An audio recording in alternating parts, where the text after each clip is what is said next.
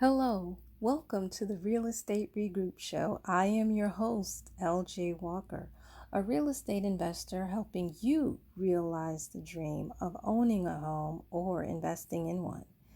Today, I want to let first-time home buyers know how much you are approved for and how much you can actually afford are two totally different things. Listen. Down payment varies depending on what loan program you use. Typically, for a conventional loan, 20% down payment will eliminate PMI. HUD and banks calculate that 36% of your income would go towards your home expenses. These numbers are a good basis to see what you can afford, but they are not the end all to be all. The first thing you should do is go to a financial empowerment advisor if you live here in New York.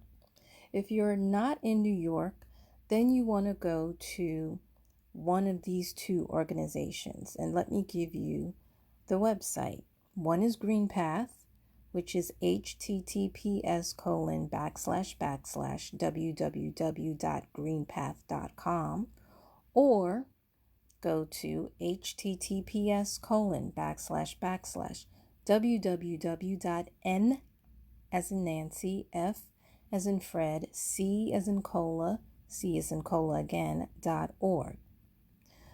When you make the appointment with them, the first thing they are going to make you do is write down all of your expenses.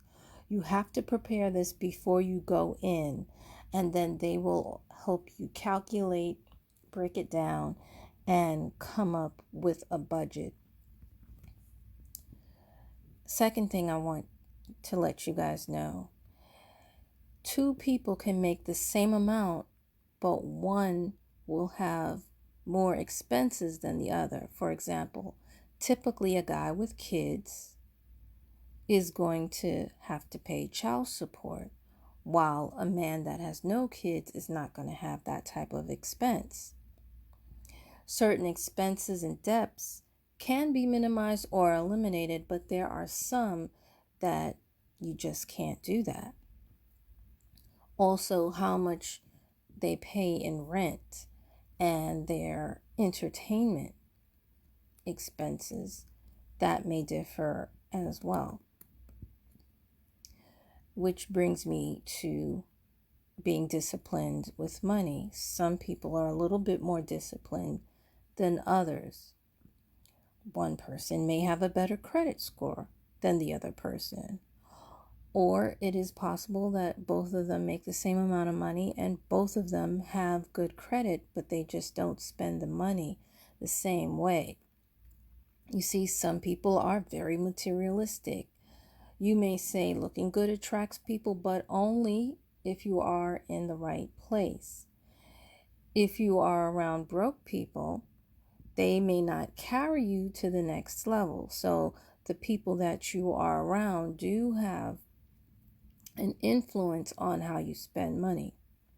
You have to learn how to sacrifice, identify your weaknesses and triggers, avoid temptation, and for me and many other people, out of sight sometimes means out of mind.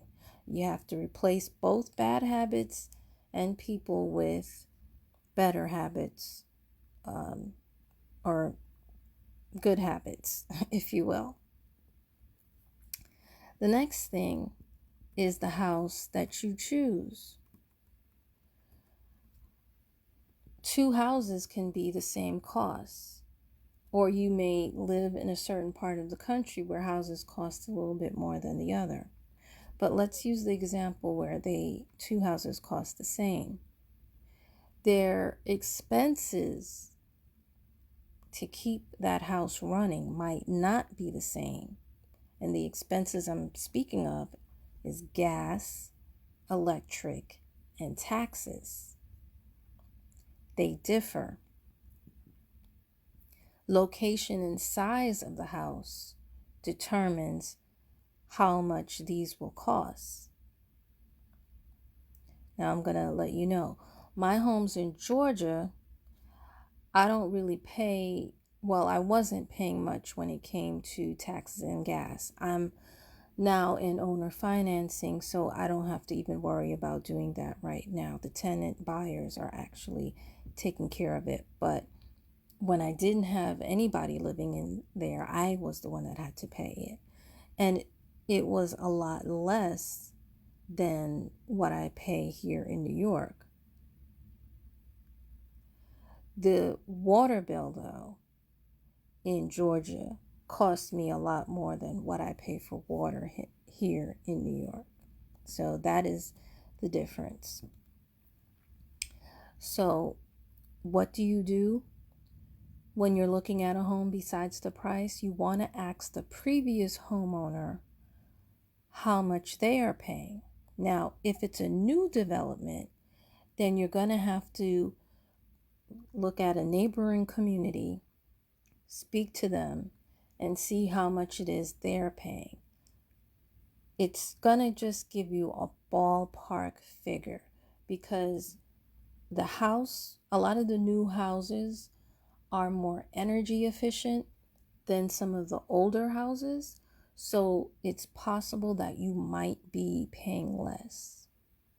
But again, it depends on how you use the electricity and the water. There are people, for example, that I notice in all the different neighborhoods that I've lived in that leave the lights on all day long. They never turn them off, even when they're not in the house. So see, somebody like that is definitely going to have a higher electric bill than I'm going to have, because I'm the type of person where I'm not leaving my lights on all day long. It don't go that way for me. And the other thing you need to realize is how a home is constructed does also play a role as far as how much utilities are going to be. For example, brownstones in New York tend to have very high ceilings. They pay more gas than houses that have very low ceilings, or brownstones that have installed drop ceilings. Why? Because heat always rises to the top, and in order to really feel the heat, especially if you're in a place where the ceilings are high, you're going to really have to put that heat on blast, and you're going to have to run it longer than somebody who lives in a house where the ceiling is lower. You see? So you have to keep that in mind. Next, look at the other maintenance cost, which is landscaping. Landscaping is not cheap. It is actually pretty expensive. Plumbing is something that you may also have to pay, especially if you have a tree that's too close to the home and the roots expand into your lines. Roof and foundation, that's another thing that can be expensive to replace as well. Well, you don't replace the foundation, but you may have to replace the roof in a certain amount of years. So the other thing, well, as far as foundation is concerned, you do need to pay attention to that, because I know that in Jamaica, Queens, and also in parts of Louisiana, parts of Jamaica, Queens, not all of it, they've built some of the homes on top of quicksand. So those homes will always have a problem. It's going to cost more to care for those homes than other homes in Manhattan or Brooklyn that are built on top of bedrock. You might also incur some unexpected maintenance, such as floods.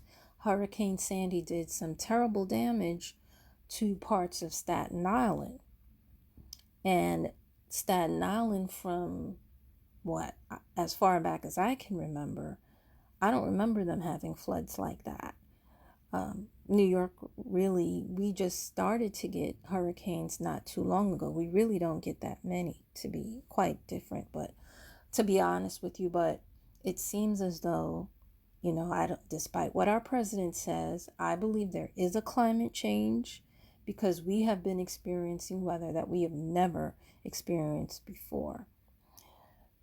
And being that as it may, we never used to have to pay for flood insurance, but now many New Yorkers are paying flood insurance. Even those who, during both hurricanes where it didn't flood anywhere, some people are just taking on flood insurance just to be safe. The other thing that you need to think about is this. If you buy a multifamily, what if you can't rent the apartment right away? Or if you plan on doing an Airbnb, vacancy is something that does happen. You have to say to yourself, can I carry the costs if the extra apartment is there and it stays empty for 2 months or more? Or if my extra bedroom, if I can't get it rented out. And then lastly, again, going back to those who may be thinking about getting a multifamily, what if I have to evict a tenant? Non-paying tenants and court costs can be expensive. So that's why you need to have reserves.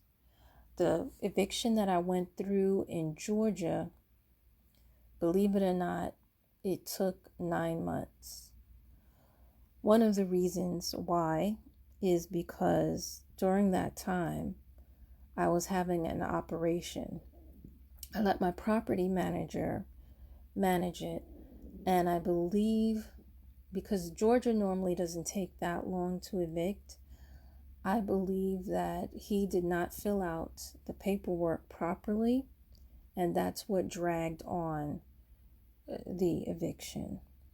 So these are the things that I want you to think about and want you to realize that although they say this is how much house you can afford, there are other expenses outside of the price of the home that you really should think about before you actually buy any home.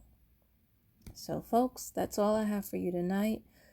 Make sure you check my YouTube channel out for those of you who are listening to me on Facebook Live or on WFNY Radio, because I've copied many of the links there.